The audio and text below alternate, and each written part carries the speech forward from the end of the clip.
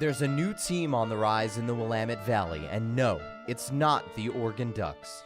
The Willamette Valley Jaguars are your local professional basketball team, competing throughout the Pacific Northwest, representing the Willamette Valley region in the Basketball League, or TBL.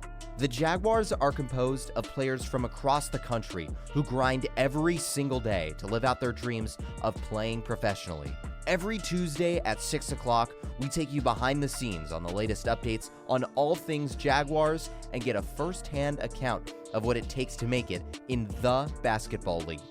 This is Jaguars Beyond the Baseline. Welcome into Jags Beyond the Baseline. We're recording this here on a Monday in Allen Hall at the University of Oregon. I'm your host, Isaac Doobie. I'm joined alongside Brandon Suttles and Ace Stevens. How you guys doing today? Doing good today. I'm doing good. How are you? Appreciate you. I'm great. I appreciate you guys coming down, having a little talk. You guys listened to the last couple weeks?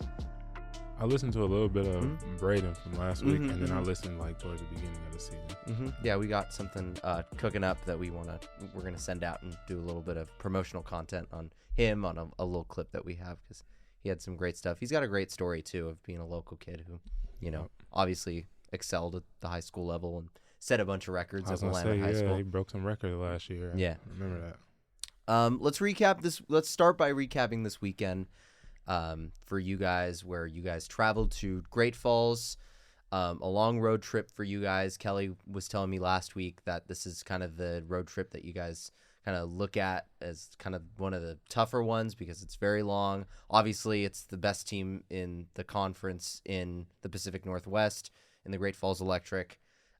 Came up short in both games. The final in the first one on Friday, 160-107, and then 161-109.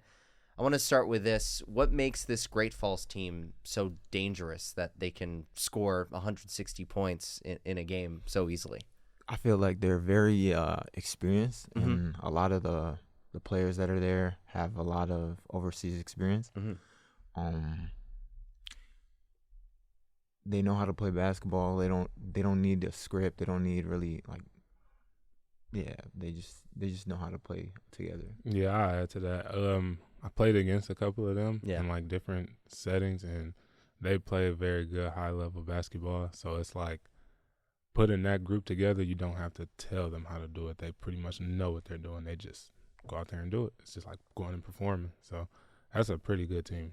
Are there any offensive strategies or, I don't know, mismatches that is such a tough thing to guard or tough thing to stop that maybe other teams aren't really defending very well against them when they match up against them? Mm-hmm. I think pretty much everybody on that team can shoot. So that's one thing. And then I think they had somebody that was almost 7 foot. So. And to add to that, I feel like they get out and run in transition a lot, and they're not afraid to throw the ball up. Absolutely. Yeah, for sure. One player that always stands out to me every time I look up and kind of find and do a little bit of research on the Electric is Katie Moore, who is an all-star this year and had an insane weekend with 33 points on Saturday and then 40 points on Friday. Talk about what a dangerous scorer he is and how he's so tough to stop. Who was matched up on him this weekend? Who had that task? I think multiple people did. It was kind of a group effort, but sure. Katie, he's a good player. He played on a championship team, I think 2 years ago or 2 or 3 years ago. He played in Potawatomi. That was a great team, and there were great people behind him, and he was able to flourish there. So it's kind of hard to stop him from doing good in anywhere else where he was on one of the best teams that the league has ever had, kind of. But I don't know. It was a good one. He's a good athlete. I feel like he shoots it well. He attacks the basket well, and he reads the defense well as well. But I feel like he's a strong, confident player. So that's always tough to go against.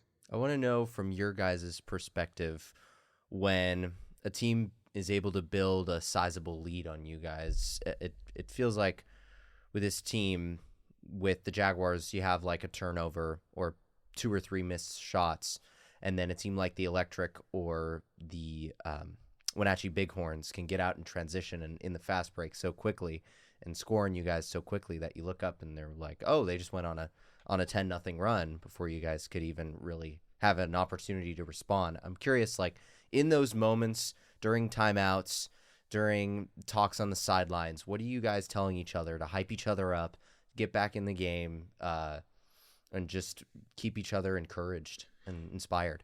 In those hectic moments, I feel like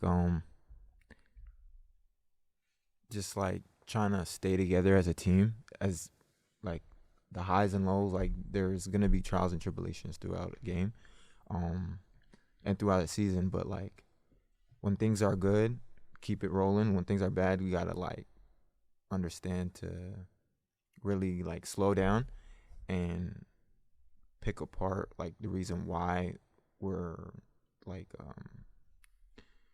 we're going against a run. Yeah, and just try to like combat that. Yeah, I was gonna say like the biggest thing is trying to remember to stay a team and not go away from what we're trying to do. So it's like, yeah, they might go on a run, but it's like we got to come back and figure out what we're gonna do, because there's not one person that can stop a 5-person run. Like, so we kind of just figure out what we're doing wrong, even if it's not exactly nothing wrong. We're like, okay, we're missing a lot of shots. We got to go to the rim. We got to go try and get some layups, get something at the rim where we get to the free throw line to slow down their tempo. So it's not really much, but it's like trying different things and remembering that we still playing the game at a high level. So we got to still be competitors at the end of the day. So don't make it seem like it's just so easy, and like still fight and play. Yeah. Any word on where or LJ Robinson's status was this weekend? He had been kind of leading you guys in the absence of Jordan Robinson the last couple weekends, but LJ didn't record any stats this weekend. And from what I've seen and heard, didn't play this weekend. Do you guys know anything about that? I'll let Ace answer that one. I don't know much about it. Did he make the trip? Did he come? He with you didn't, guys? but I don't know much about the situation. Is what I'll say. So. And then same thing goes for Jordan Robinson, and he was one of the main players for you guys and was leading the way inside in the paint, in offensive rebounds and defensive rebounds and scoring. But he's also, I saw you posted a highlight reel of the year, like he's done for the year. Yeah, you guys don't know anything about that? No. Okay. Yeah. Well, without LJ, without Jordan, you guys are now relying to shooting a lot of threes and hoping that a lot of them are falling. But this weekend, it was kind of a struggle in order to get a lot of threes down. You guys were shooting at, I think, right around 30% for most of the weekend. But I'm curious, what alternatives do you or coach present if the 3-point shot isn't working? Or is it the fact that you guys have so many shooters or feel like you have so many playmakers on the outside that you are just going to keep trying to shoot threes and keep taking those shots? I think it's something that, like, as a team, we got to realize that, okay, a lot of shots not falling, we got to get inside. Like, something that a lot of us can do that we probably don't is a lot of us can finish around the rim. A lot of us are very athletic and can get to the rim and score. So it's kind of hard when you're down a lot and you're trying to come back to not at least try to shoot because you're confident in your shots and you know that you can make threes, but we got to go with what we can, like what we feel is best. So it's probably best to try a lot more inside out and get yourself going with layups and mid-range and then shoot some threes. But that's just like in the flow of the game, it's kind of like deciding on your own when you get out there.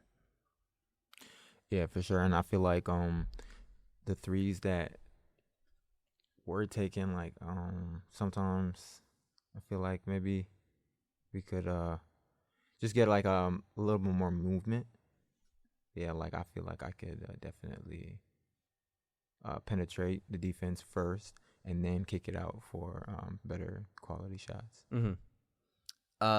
Is there anything that you guys are talking about or coach is telling you guys without Jordan, without LJ Robinson, without those two playmakers sort of offering advice or any coaching on how to penetrate inside without Jordan, who's typically kind of your main go-to player inside?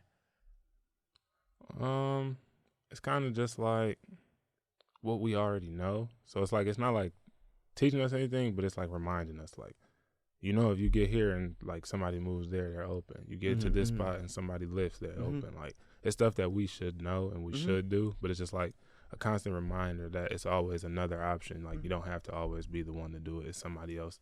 And if you give them the ball, you probably will get it back if you get to your right spot and position. Like, basketball is a positionless sport, but it's like there's lanes and places for each player to be to where you can succeed. So they try to like remind us of what we do best. And it's like, get to where you know you can do what you do best versus just going out and trying to make something happen. Where would you say your role is?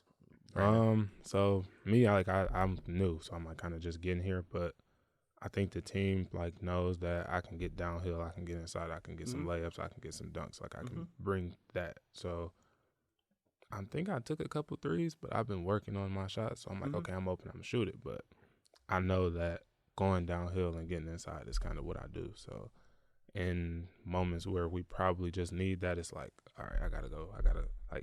I gotta get to where I know I want to go. So it's like knowing where I need to be to do what I'm actually trying to do, type of thing.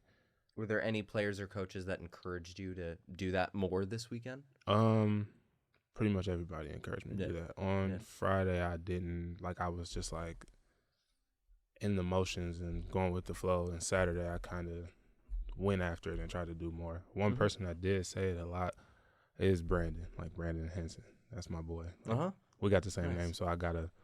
He said, he was like, yeah, B, we know you can do this, so you gotta. And then like the next 3 possessions, I just tried. Like, okay, we gotta get something going. And even if it didn't go, it's like, all right, try it again. Just keep playing defense and try it again. So the Jaguars have in their last 8 games gotten past 100 points in now 8 consecutive games.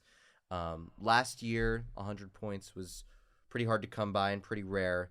Early in the year, it was also pretty hard to come by, but I'm curious what you guys, Brandon, in your short time with the team, and then Ace, your time with the team this year, have seen in practice, things that you guys have worked on that have gotten you guys to be so consistent in scoring the ball, and getting over 100 points consistently every game now for the past couple weeks. I think we talked about it last time. We're starting to get like more comfortable with each other. So like, yeah, we're nearing the end of the season, but I feel like we're really starting to like understand everybody's game and what everybody can do, what everybody's capable of, their strengths and weaknesses. And I feel like we're just playing more towards that and just trying to play towards everybody's strengths and stay away from everybody's weaknesses, and it's working. So yeah, and I was here last year with that team, so like I was a part of. That's what it was. A part of a struggle to get to 100 points, and like last year's team, like both teams talented, but last year's team we all kind of like, all right, I know I can shoot, so I'm gonna go out here and try to shoot. Like I know you can shoot, but I feel like I can shoot, so I'm gonna try and shoot. Like it was kind of that, but it was like this team I feel like is more together. Like they play together better. They like he said, they understand in more roles towards the end. But it's like even watching before I got back here, it was like, okay, this team plays good together. Like I'm watching them move the ball. I'm watching them like how they talk to each other. It's like it was so much. It was more of a team setting than last year was. Last year was kind of like, okay, we bring in all these people and we just about to play basketball. But it's like this year, it's like they wanted to be a team. Like they wanted to come together and work together. So it was like that was something that I liked about when I was coming back out here. That's exciting. That's interesting. I was remembering wrong because right before going on, I was remembering seeing your name. I thought it was earlier this year it was last on season. the roster, but it was last season. Brandon, tell us a little bit about your background and how you found the Jaguars. What got you? Where'd you start playing basketball, and how'd you end up here? So I kind of started late. I played when I was younger, but I didn't really play a lot. And then I played in JUCO in Michigan. So it was like I did that, and I'm like, okay, I feel like I'm good enough to keep trying and keep going. So then I got into the TBL in 2022. I started in Toledo in Ohio. That was my first team. And then they had a team in Lansing, Michigan called the Pharaohs. They're in the BSL now, playing in Pontiac. So I played for them. And then the Kokomo Bobcats. So I kind of been like all around with the TBL. And last year, I was brought out here with one of my old teammates from Ohio. Like, he was telling me about the coach. Like, oh, it's a newer team. We can get out there, play together. Like, we never actually played on a team together in Ohio. So it was like, we can finally be on a team together. So I got out here for that. And it was an experience, I would say. Like, all of this is experiences. It's nothing really, like, it has its ups and downs like every other experience. But it was an experience. And then with this season, I was kind of trying to come out earlier, but there were other things going on that I had to wait. So I kind of got out here really late, like that last month of the season. And I really been, like, connected with Coach Jordan, the assistant coach, Coach Jordan Sanders. So I've been connected with her, and I've been like talking to her throughout the season and figuring out when would be best for me to come and like how we could do it to where I could come and like I could make an impact. So then I got out here, and I've been here for about 2 weeks now. So who did you say, just to clarify, who drew you out here? Coach Jordan. Well, no. You were saying that you knew somebody. From last year. You wanted to play with. From last year. That was I don't remember exactly how to say his name. We just call him G. I always say his name wrong. His last name is Boykins. He plays for Vancouver now. Yeah. Okay. I always say his name wrong. I'm sorry, G. I can't say it. But where did you and Boykin meet? In Ohio. I see. So you guys played played we were against supposed to each play other? together in Ohio, and then it didn't work out. So then over the years, we just kept talking. And then he was like, my old coach is going to coach in Oregon. I was like, your old coach? And he's like, yeah, in Oregon, we got a team coming out there. So then we met at training camp. It's so interesting how it's all about networking in order to just find new opportunities in the basketball league. I know the Kokomo Bobcats. Bobcats, is that the team that you played for? That's what I played for. Aren't they really good? They're like first or second place in their division. I think they are this year. Yeah, they've been good the last couple of years. I was going to say, were they as good then when you played for them as they are now? Yeah. I think they've only lost maybe one or two players since then, but they've been good. One of their old players is the coach now, so it's a good program. He's keeping it exactly like his dad did, so he's doing pretty good over there. So when you are in the off season, are you typically out back home in Michigan? Vegas. Okay. I live in Vegas now, so I'm back and forth from Michigan and Vegas. Okay. Interesting. Did you have any time in the summer league? Oh, I did amazing in the summer league for the TBL. Yeah. Okay. I love the TBL summer league. It's a chance for me to go and play against everybody that I didn't get to play against in the season. So it's like, if you didn't see me in the season, you don't know what to expect from me once you play me in the summer league. I feel like that's one of the best things about this league is the summer league. Like, going and playing against everybody from every other conference and all other places, you'll surprise people, and some people will surprise you too. So I like it. What was playing your first minutes like with the Jaguars and scoring your first bucket this last weekend on Saturday? It was nice. Mm-hmm. It felt good. Mm-hmm. Like when I got here before we played Vancouver. So we played in Vancouver. It was like fresh off the plane. It's like, all right, I'm not expecting to really play. I'm not expecting to do nothing. And I got out there and I'm like, okay, like, I'll be ready the next time I get out. So then I played in Great Falls on Friday, and it was like, I love playing in Great Falls. When we played there last year, I had 2 great games. So I'm like, okay, I like it out here. And when I got out there, it was like, okay, defense first. Like, that's how I know to get myself going is playing defense. So it's like, okay, I got to try and get a stop. And then I feel a lot more comfortable about trying to score after that. And it felt normal. Like, it just felt like it was what I was supposed to be doing. Like, at first, I was real, like, hesitant. I was like, okay, I didn't even know if I wanted to come out so late in the season because I didn't want to mess up anything. Like, And then I got out here, I was like, okay, I got my first points, and I was like, all right, this is regular. This is what I do. Now I'm just ready to keep playing. That's great. What do you think you can contribute the rest of the year for the final 2 games of the year?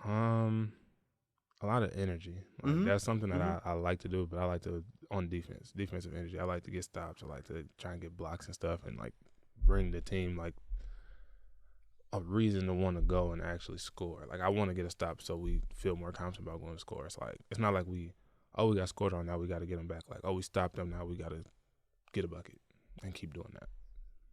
Ace, I want to shift to you. You played a lot of time back on Saturday, and you had a really solid performance, 16 points, 5 assists. How did it feel to get one of your better performances of the year against one of the better teams in the conference? It was cool. Like, set aside a score, but it was good to contribute in the way that I did. I feel like my teammates did a good job finding me, and I also was finding my teammates and rebounding the ball as well. So it was a good game. Yeah. How have you guys been developing chemistry? Because you've been on this team the entire year. How have you guys been developing chemistry off the court this year? Because you talk about on the court and kind of finding your role, but what have you guys been doing off the court? Well, I mean, like we live together, so we do like everything together, whether it be like go to the gym, do recovery. I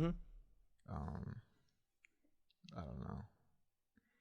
We like watch basketball games. We go out to eat, like just simple stuff. Yeah, just everyday stuff. But having that accompaniment and companionship, you get to know each other. That's sure. awesome. And that's great that you guys are like, because you guys live together, you guys are forced to bond and build a bit of camaraderie.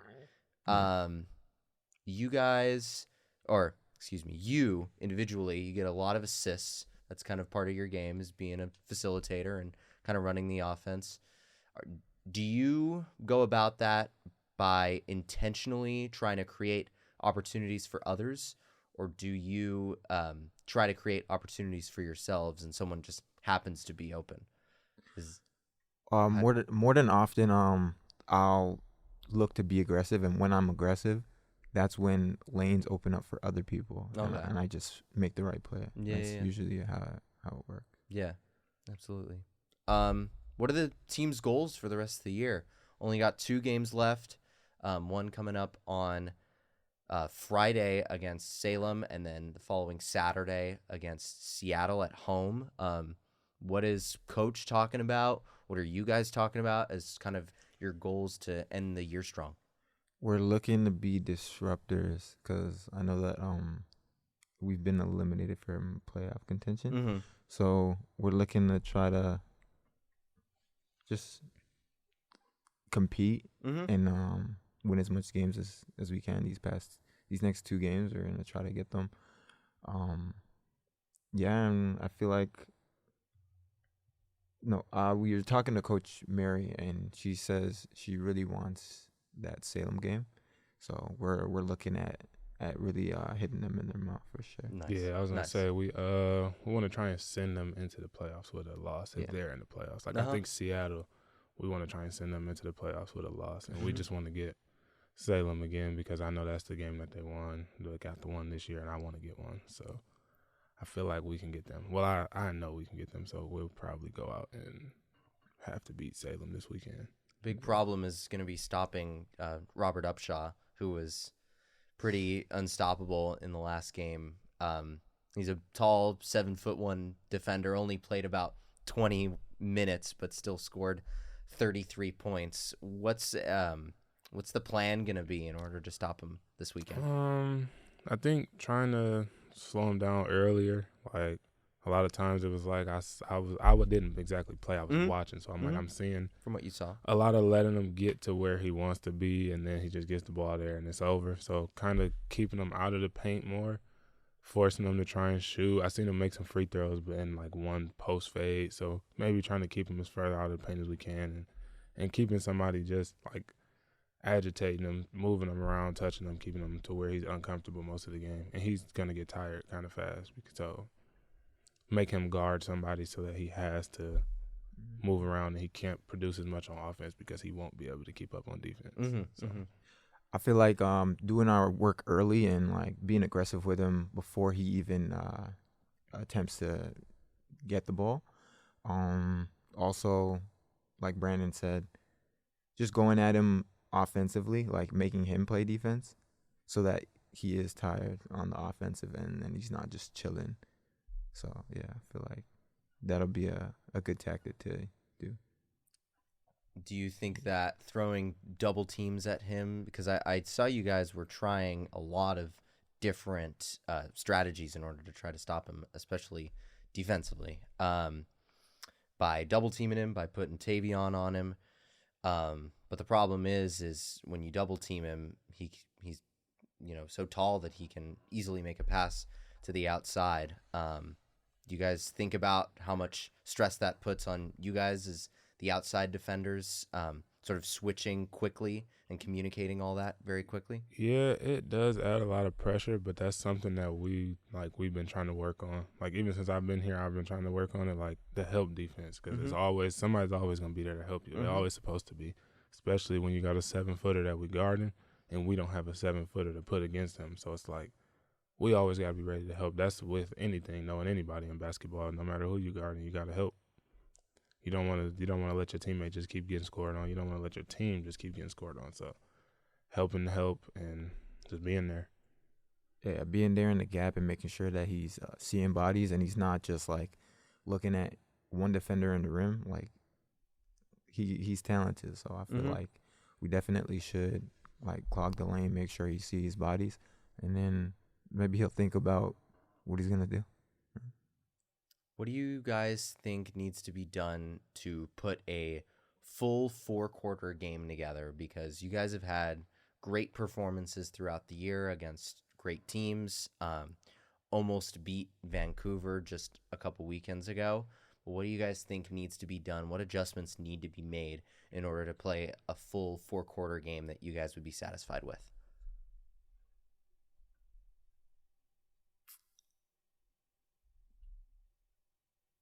I was gonna let you go first. I was gonna let you go first. I can't.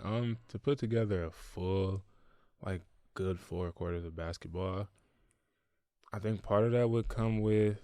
Part of that is on us as the players. Like, you gotta go out there and not be scared to get tired, not be scared to work hard, and you gotta, if you can't keep producing, come out for a second, catch your breath, get some water, get back in there, and do what you were doing. So, like, that's one thing. I think another thing would probably be like keeping our minds in it and like our energy up. A lot of times once we start getting down, we get discouraged and then we just like, it's like side conversations on the sideline get turned into like little arguments and stuff like that. But it's just like staying positive and trying. As long as we're actually trying, I feel like we can do pretty good. So it's like just keeping a positive mindset no matter what's going on, because there are times when the game is close and it's still like, the reaction is like we're losing by so much more, and it's like it's still a game. It's not over yet. And then it's like those runs that you talked about earlier, those start to happen, and then it gets worse. And it's like before those runs, we got to already kind of know that we need to bring it together and like kind of calm down and lock in and play our game and not let them make us play how they want us to. Like,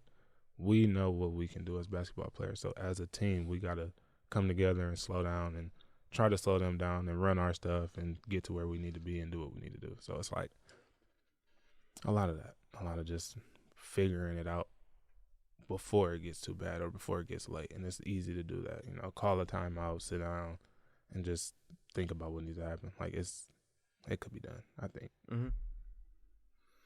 I definitely feel like level of communication is important. If we're all in unison, I feel like anything is possible for sure. We talk on defense. We're able to get stops. We're able to run in transition like the team, like we're supposed to. Like, that's what our team, I feel like, is built to do. And yeah, just staying together and staying poised and calm through like turmoil. When they go on runs, we gotta just chill. When we go on runs, don't get too high. Don't get overzealous sometimes, and we try to force plays, whether it be passes or shots. I feel like just like being calm in those moments will go a long way. Yeah. What is the coaching staff? What are Jordan and Coach Mary telling you guys to maybe some certain areas of growth this week going into this Salem matchup? Is there anything in particular they're kind of emphasizing to you guys that maybe in matching up with the Capitals is going to be key in order to potentially get this win? Well, as of right now, this is our off day, so we haven't really talked much about it. We'll probably have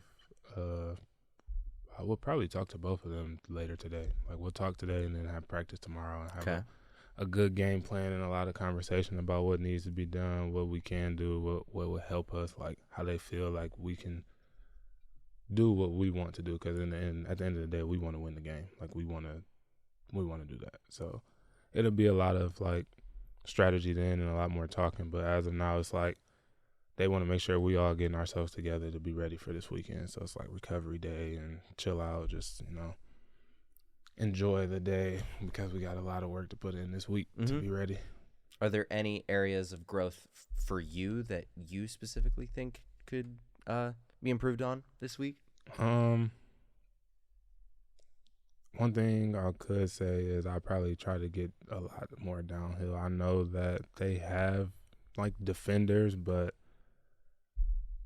if I'm getting downhill and finding somebody, I know that they're probably just like us when it's helping. Like, it's hard for anybody to help. So if I get downhill, find somebody. If I get downhill, score. If I get downhill and swing it and get back to a different spot and go back, it'll be a lot like disrupting them. I want to try to make them work just as hard as we have to work. Ace? Oh, for me, I feel like I can get downhill more for sure, get to the rim and just like force the help to help, and I can like facilitate or score. Being more aggressive defensively, I feel like I can definitely be more disruptive and provide energy. Definitely, yeah. So you guys talk about being disruptors. I want to go into this a little bit more because right now, as the standings in the Pacific Northwest Conference are, there's Great Falls at the top at 17-2. They're right now the best team, guaranteed a spot in the Basketball League playoffs. Then Wenatchee, and then Seattle and Salem are within about 1.5 games of each other. I'm not sure if you guys know, I could do a little bit more investigating into this, but does the third and fourth team go into a play-in for the Basketball League playoffs? Or I think that's the case. I think it's the third and fourth. Or is it the second and third? I think it's the third and fourth because I think there's 3 teams that go in. Yeah, because right now that would basically determine like who has home court advantage in the play-in round if they go into like a play-in round of the third and fourth team. So Seattle at 9-8 in the third spot, Salem in the fourth spot at 9-10. Do you guys favor either one of those? Because if you end up beating both of them, it kind of like messes up those standings a little bit. Or if Salem gets a win against you guys and then Seattle loses their final 2 or 3 games, then Salem takes that third spot. I don't know. I haven't really thought about that much. Yeah. Well, I haven't looked into it. It's more of a just kind of wanting to end the season on a good note, ended out with some positivity, some good basketball and a win. Yeah. At least one more, I'll say. Yeah, and it's certainly been a tough conference that you guys have had to go through with all these teams that looks like will either play for a play-in spot in the playoffs or get a guaranteed spot in the playoffs with Great Falls and Wenatchee. So certainly been a tough task this year, but the third and fourth spot, kind of you guys will be in the mix to basically decide who gets that third or fourth spot in the conference and goes to a play-in game. Yeah, interesting stuff. Excited for Salem this weekend. I know the last time you guys played, I was there at Crescent Valley High School. Things got pretty contentious in the stands and on the court as well because Salem has a really good following. Salem has a pretty they're close to here too. Yeah, big fan base. And their fans travel with them when they come here. It's always something. Are there any fans traveling for the Jaguars up to Salem this weekend? There probably will be. I don't know exactly, but we'll probably get some people in the stands for us. So it sets up for a pretty exciting one. The only team that you guys have beat this year, played them 3 times this year, lost to them twice, beat them once. Sets up for a pretty exciting one. We're this trying Friday. to finish it off 2-2, yeah. And Get us another win. It's one of the only weekends where you guys don't have 2 games in one weekend. You guys only have to play 1 game on Friday and then can come home and either take some rest over the weekend or begin to prepare for Seattle the next weekend. Exciting stuff. Again, for the upcoming schedule for the Willamette Valley Jaguars, they're going and traveling to Salem and playing the Capitals on this coming Friday, and that sets up for a pretty good matchup. That one at the Salem Armory Auditorium on Friday at 7:30 p.m., and then the following Saturday against the Seattle Superhawks at 6 p.m. That one will be a home game for the Jaguars at Crescent Valley High School, Saturday, May 24th. I really appreciate you guys taking some time to do this. Come on, have a chat with me. If people want to find out about if fans want to follow you or follow you guys on social media and follow your guys' careers a little more, where can they go to? On Instagram, 2 underscores and then B Suttles, Suttles, and that's pretty much where I spend most of my time. Mm-hmm. Might catch me on TikTok or something, laughing, like stuff. But that's about it. For Instagram, my Instagram is a.ce1k.